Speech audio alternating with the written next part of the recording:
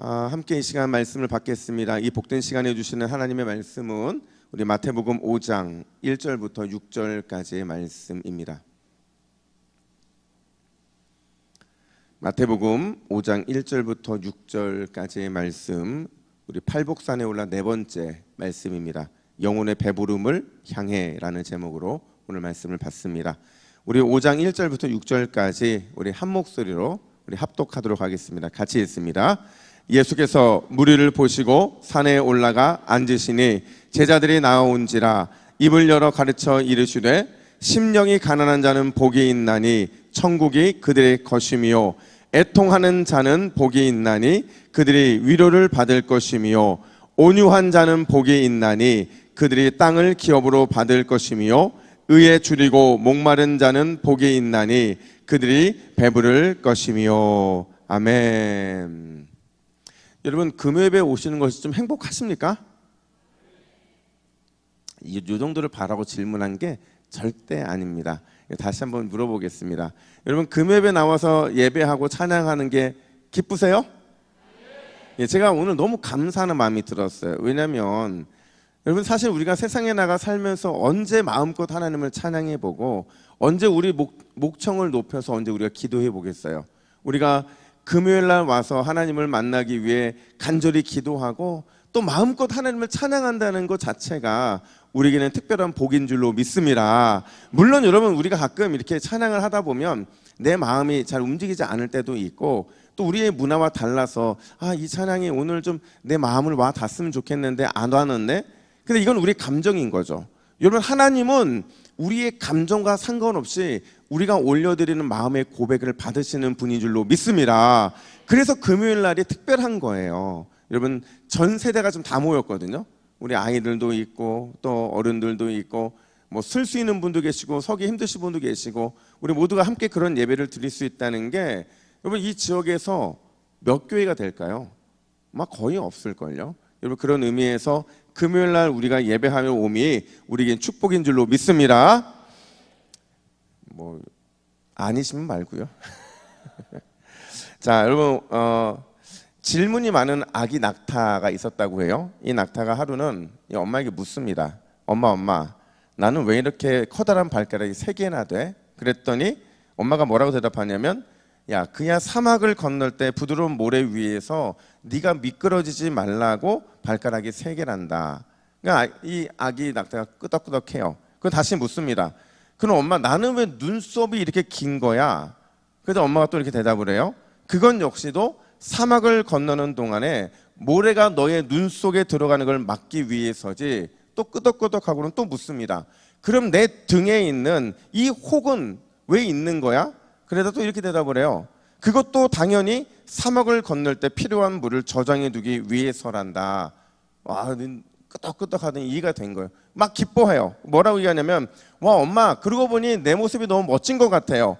큰 발이 있어서 미끄러지지 않아도 되고 긴 눈썹 덕분에 모래가 눈에 안 들어가도 되고 또 혹이 있어서 물을 저장해 둘 수 있으니 정말 저는 멋있는 것 같아요. 그런데 엄마, 또 뭔가 물어보고 싶은 게 있는 거예요. 그랬더니 엄마가 아들, 왜?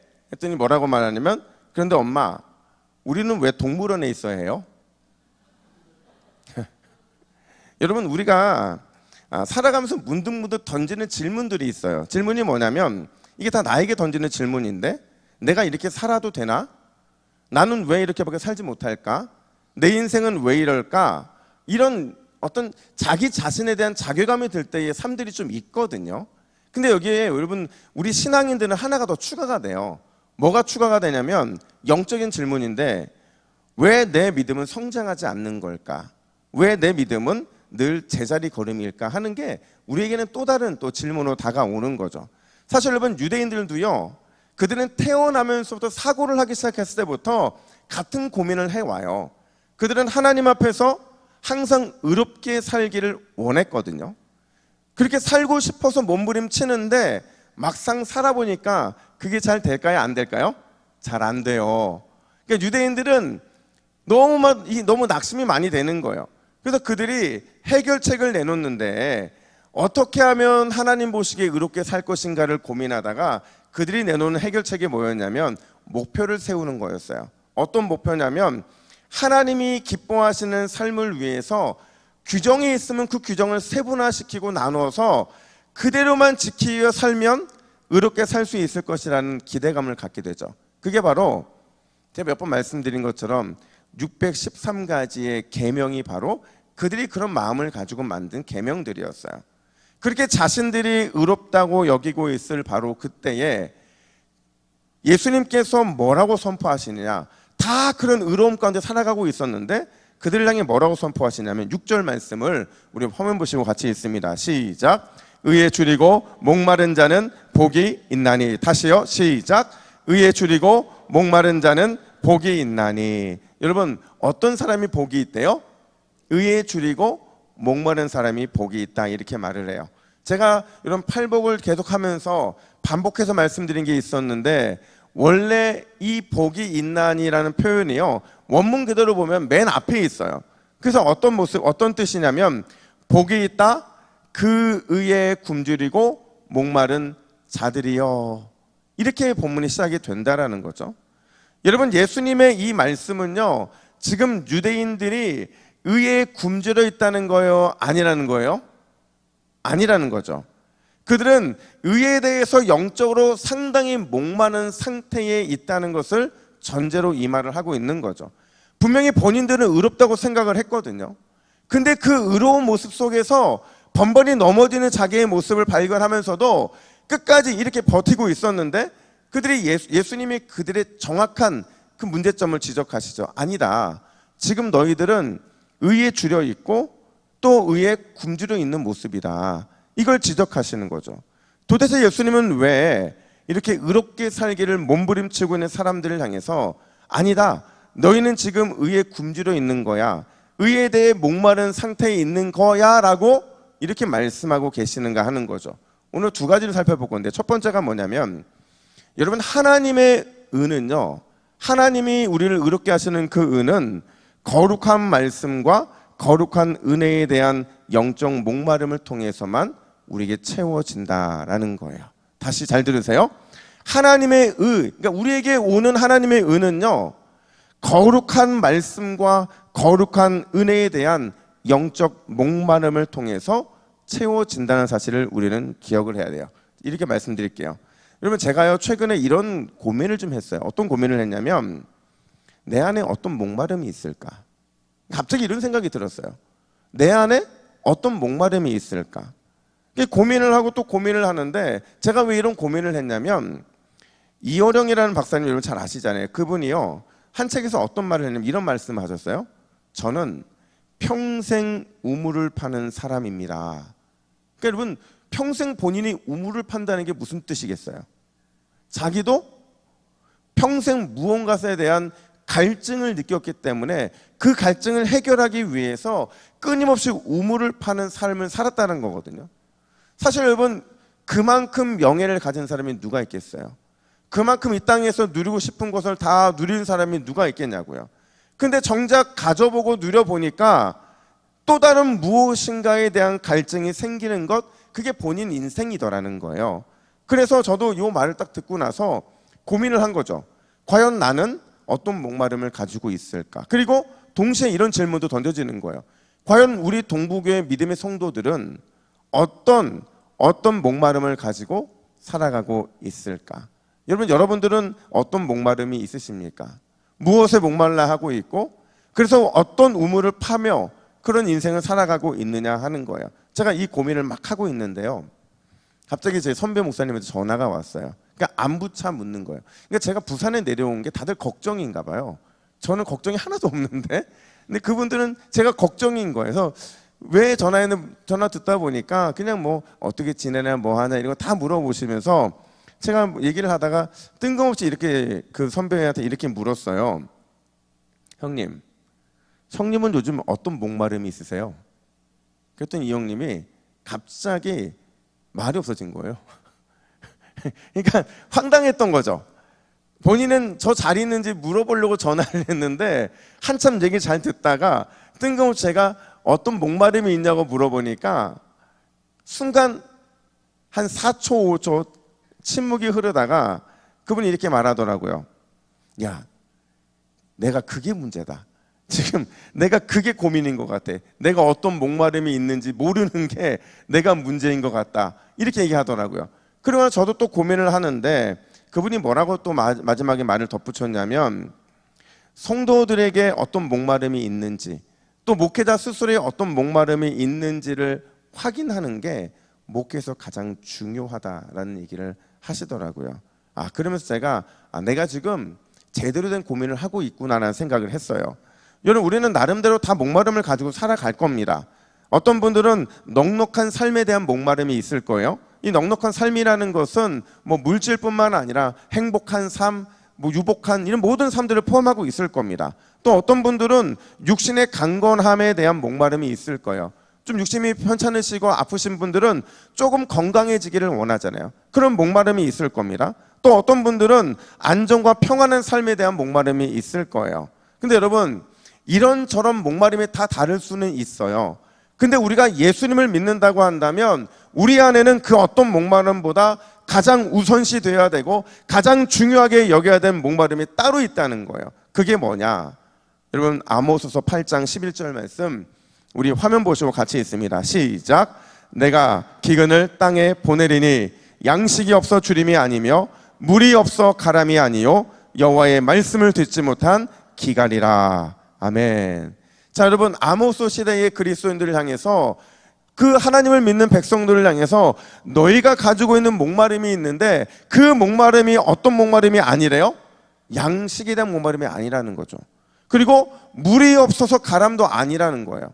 그들의 진짜 갈급함, 진짜 목마름이 뭐냐면 뭐를 듣지 못함이래요? 하나님의 말씀을 듣지 못함이다. 이렇게 말하거든요. 그러니까 여러분, 우리에게는요, 거룩한 하나님의 말씀에 대한 목마름이 있어야 돼요. 그냥 목마름이 아니라 강력한 거룩한 하나님의 말씀에 대한 목마름이 있어야 된다는 거죠. 뿐만 아니라 하늘로부터 임하는 거룩한 은혜에 대한 영적 목마름도 있어야 된다는 거예요. 이게 있어야 그날 그때에 하나님이 주시는 특별한 은혜를 받아 누릴 수 있다는 거죠.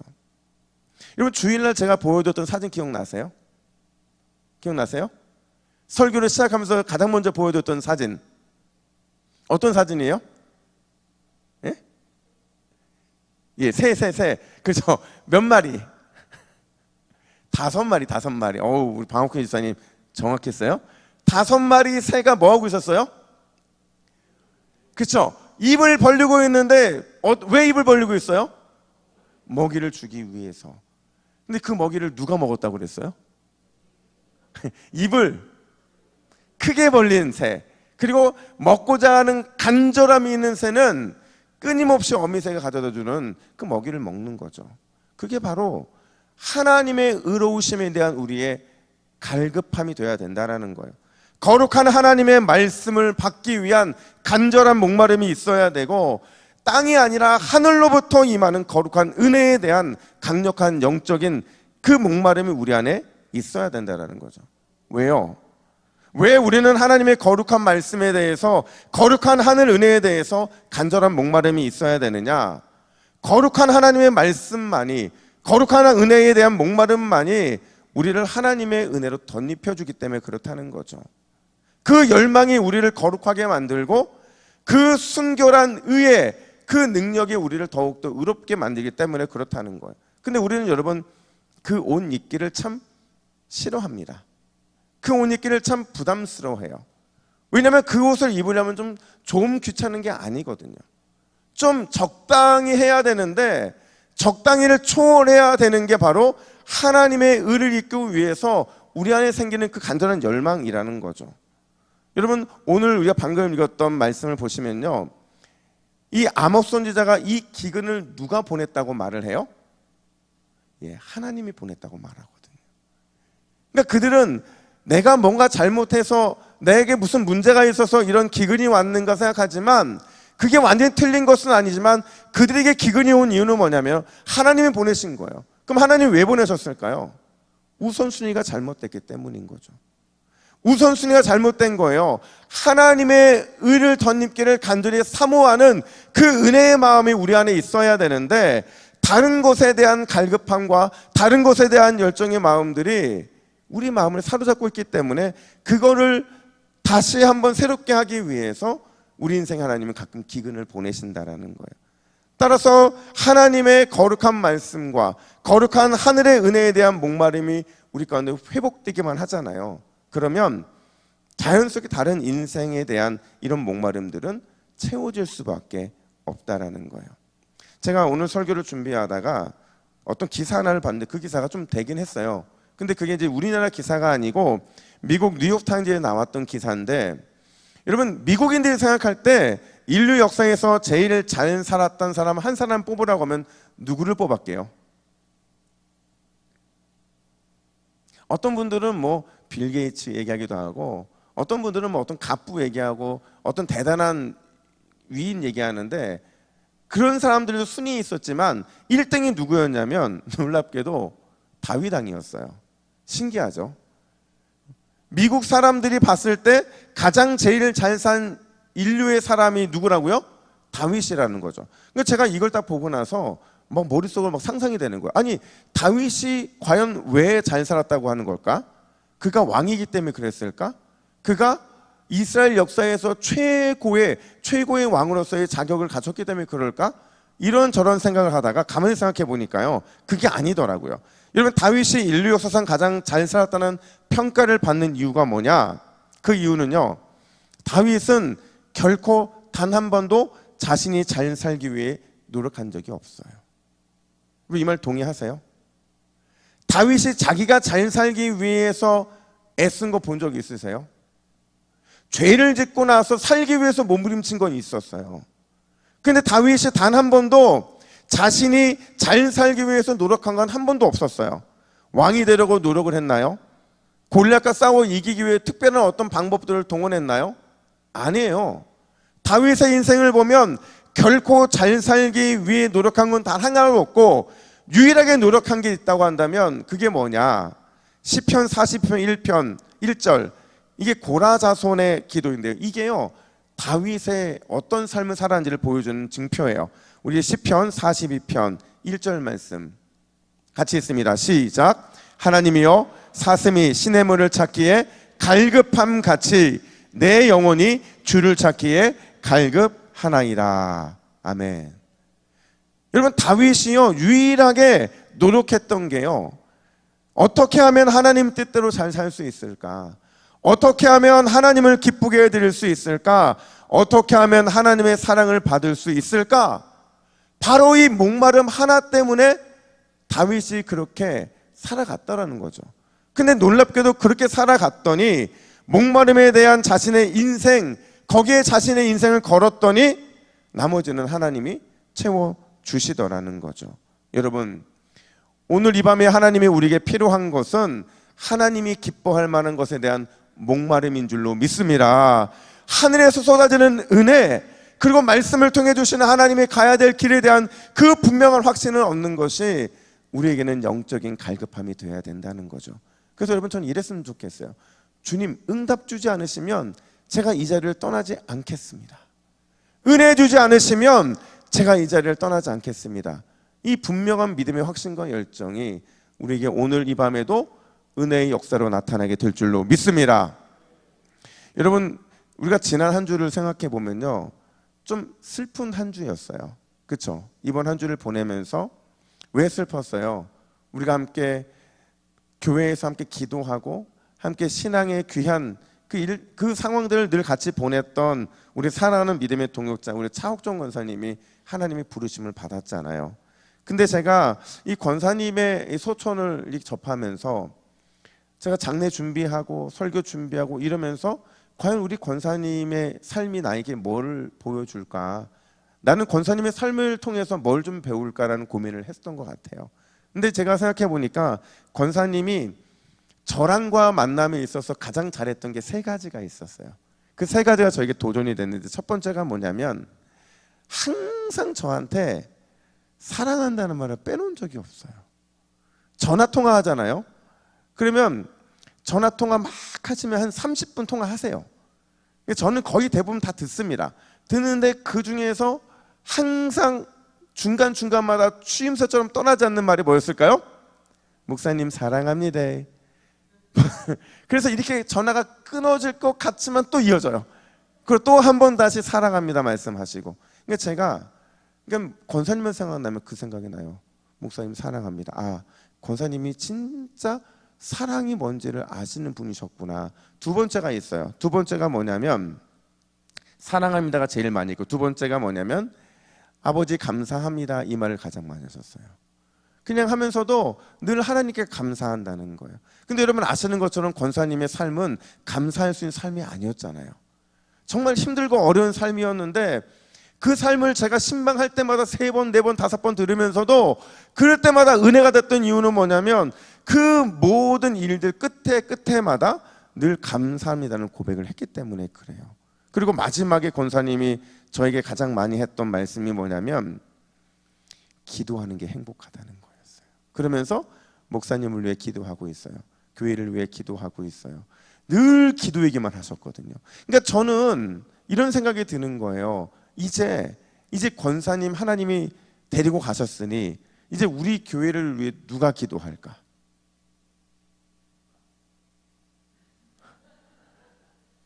예, 여러분들이 하실 줄로 믿습니다. 이미 하고 계시잖아요. 우리 권사님이 그러니까 저랑 마지막 통화하실 때 그때 마지막으로 정신이 왔다 갔다 하시면서 하셨던 말씀이 뭐냐면 교회가 기도해야 되는데 이게 전 지금도 기억이 나요. 여러분 이 권사님이 왜 기도에 그렇게 목숨을 걸었을까요? 왜 사랑의 목숨을 걸고 왜 감사하는 일에 그 마음을 담았을까요? 왜냐하면 그게 우리 권사님의 삶의 이 목마름을 해결해 준 거기 때문에 그래요. 우리 권사님이 가정의 문제 때문에, 삶의 문제 때문에, 신앙의 문제 때문에 그것 때문에 목마를 때 사랑했더니, 감사했더니, 기도했더니 이 모든 것들이 해결되더라는 거죠. 그러니까 저는 그거를 권사님의 삶을 통해 배웠어요. 그러니까 저도 그런 마음이 들어요. 아, 감사해야겠구나, 사랑해야겠구나, 그리고 기도해야겠구나. 그러면 하나님께서 우리의 그 거룩한 목마름에 반드시 넘치게 채워 주실 줄로 믿습니다. 여러분 우리의 영적 이 갈증을 해결해 줄 그 하나님의 거룩한 말씀과 거룩한 하나님의 은혜를 구하는 이 밤 되시기를 예수님의 이름으로 축복합니다. 두 번째로 여러분 하나님의 은은요 반복된 신령한 체험을 통해서 결국 완성된다라는 거예요. 뭘로 완성이 된다고요? 반복된 신령한 체험을 통해서 하나님의 은은 우리를 통해 완성이 된다는 거죠. 여러분 다시 한번 6절 말씀을 한번 읽어볼까요? 6절입니다. 시작. 의에 줄이고 목마른 자는 복이 있나니 그들이 배부를 것이며. 자 여러분 동사를 보세요. 예수님께서 의에 줄이고 목마른 자에게 복이 있다고 말씀하시면서 뭘 주시겠다고 약속해요? 배부름을 주시겠다 약속을 해요. 근데 여러분 이 배부름을 약속하시는 이 시제가 여러분 현재의 시제일까요? 미래 시제일까요? 오늘 본문을 자세히 보면 이렇게 말합니다. 배부르게 될 것이다. 어떤 시제예요? 미래 시대라는 거죠. 물론 이 땅에서 우리는 주님이 우리의 배부름을, 우리의 갈급함과 또 우리의 이 목마름을 반드시 채워주시는 분이신 건 맞아요. 근데 이 말은 바꿔 말하면 이 땅에서는 완전한 이 배부름이 이루어지지 않는다는 거죠. 그럼 언제 이루어지느냐? 오직 완전한 성취의 날, 즉 예수님이 재림하시는 그날이 와야 우리의 배부름이 완전한 배부름으로 나타나게 된다라는 거죠. 그럼 여러분 이 시간을 보내면서 장차 임하게 될 완전한 배부름을 기다리는 우리가 과연 하나님이 우리에게 어떤 삶을 원하시느냐? 이 삶은 예수님이 이렇게 말씀을 하셨어요. 우리 요한복음 7장 37절부터 39절까지의 말씀 우리 같이 읽겠습니다. 시작. 예수께서 서서 외쳐 이르시되 누구든지 목마르거든 내게로 와서 마시라. 나를 믿는 자는 성경의 이름과 같이 그 배에서 생수의 강이 흘러나오리라 하시니 이는 그를 믿는 자들이 받을 성령을 가르쳐 말씀하신 것이라. 아멘. 예수님의 요청은 간단해요. 뭐냐면 계속해서 나와 마시라는 거죠. 한 번 마시고 그것 때문에 기뻐서 끝내는 것이 아니라 마시고 또 간절히 원하고 또 마셔서 계속 마심을 통해서 생수의 강이 우리 안에서 흘러 넘치는 것, 그것을 주님께서는 우리에게 원하신다라는 거예요. 그리고 그 반복적인 체험을 통해서 결국 완전한 배부름의 날을 우리가 맞이하게 될 거라는 겁니다. 여러분, 이런 생각을 해보잖아요. 제가 자주 듣는 이 프로 중에 하나가, 이 유튜브에 보면 이 CBS에서 하는 새롭게 하소서라는 게 있어요. 여러분 많이 보세요. 이 새롭게 하소서에 보면 수많은 사람들의 간증이 등장하거든요. 근데 그 간증을 듣다가 저도 모르게 막 같이 울 때도 있고, 간증 듣다가 막 웃을 때도 있고, 근데 간증이 너무 좋을 때가 있어요. 제가 간증을 좋아했던 사람이 아닌데 요즘에 막 그 갱년기 이런 거 오면서 제가 정말로 간증이 돼 막 너무 행복해지고 막 너무 막 공감이 되는 거예요. 근데 여러분, 제가 이 간증을 듣다가 순간 딱 이런 생각이 들었어요. 야, 이 사람들이 이 간증을 하기까지 얼마나 오랜 시간이 필요했을까? 이게 무슨 말이겠어요? 그 사람이 그 단 한 번의 특별한 것을 경험했다고 해서 과연 그 자리에 설 수 있었을까? 아니라는 거죠. 그 사람이 그 자리에 서기까지는요, 계속해서 나가고 마시고 주님이 공급해 주시는 그 놀라운 은혜의 생수의 강을 경험했기 때문에 그 자리에 설 수 있었다는 거예요. 이건 성경에 등장하는 많은 믿음의 선배들도 마찬가지라는 거죠. 여러분, 성경에서 가장 의롭다고 평가받는 사람이 누굴까요? 가장 의로운 사람, 그 사람이 누구냐면요, 창세기 6장 9절에 나와요. 우리 한번 같이 한번 읽어볼까요? 시작.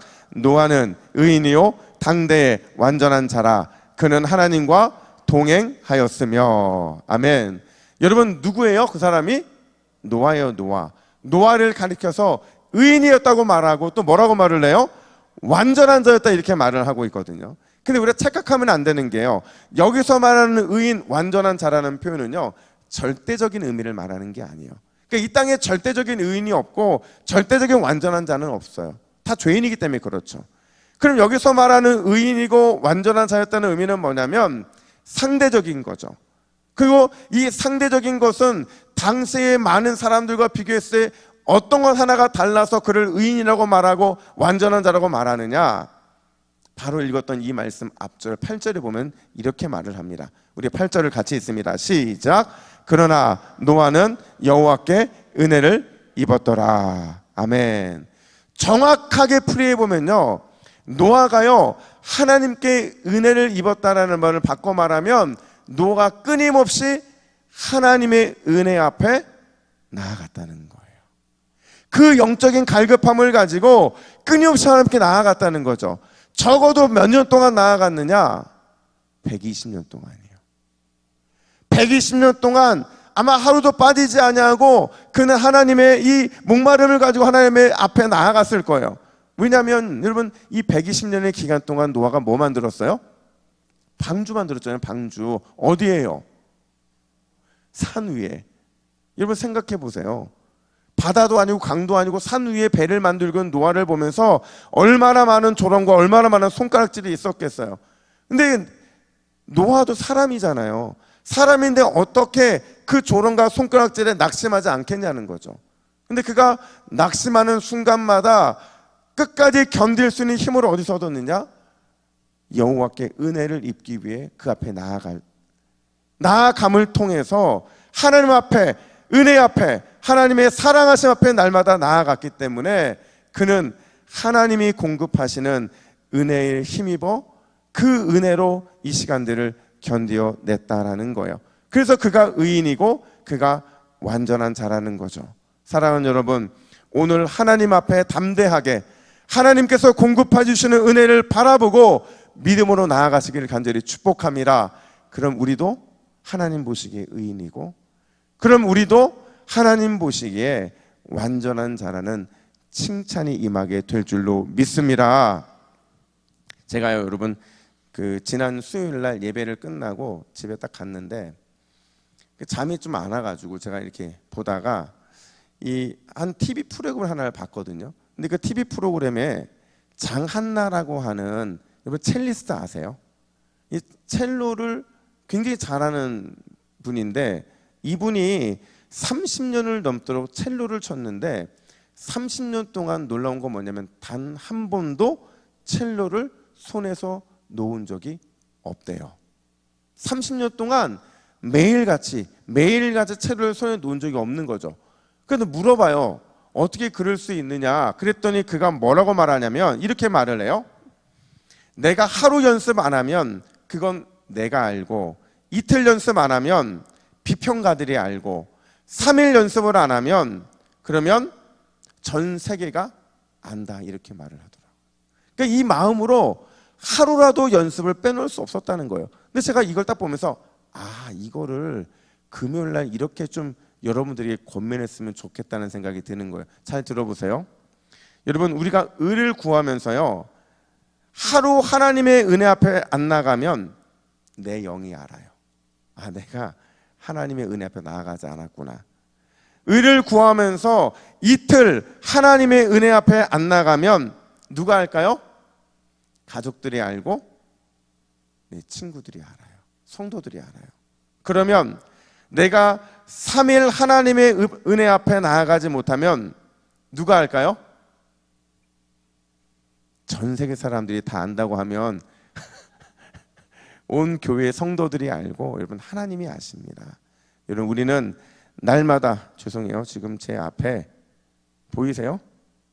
모기 2마리가 지금 저를 잡아먹으려 공격하고 있는데, 여러분, 우리가 하나님이 우리를 부르셨을 때 우리는 반드시 하나님의 은혜 앞에 나아가야 될 줄로 믿습니다. 그 갈망함을 가지고 주 앞에 나아가면 반드시 은혜로 우리에게 채워주시겠다고 약속하셨어요. 그렇게 살아갈 힘도 주시겠다고 약속하셨고, 그런 우리에게 위로와 사랑을 주시겠다고 약속하십니다. 여러분, 오늘 그 열망을 가지고 주 앞에 기도하고, 간절히 기도하고 주님 만나고 돌아가시는 저와 여러분 되기를 예수님의 이름으로 축복합니다. 아멘. 기도하겠습니다. 하나님 아버지, 우리 안에 신령한 방법으로 배부름이 채워지기를 간절히 소망합니다. 주님 주신 약속을 따라서 거룩한 말씀과 거룩한 은혜에 대한 영적 목마름을 허락하여 주시고, 오늘도 복된 신령한 체험을 사모하는 우리 모든 동부교회 기도자들 될 수 있도록 인도하여 주시옵소서. 반드시 채워주실 줄로 믿습니다. 감사드리며 예수님의 이름으로 기도하옵나이다. 아멘.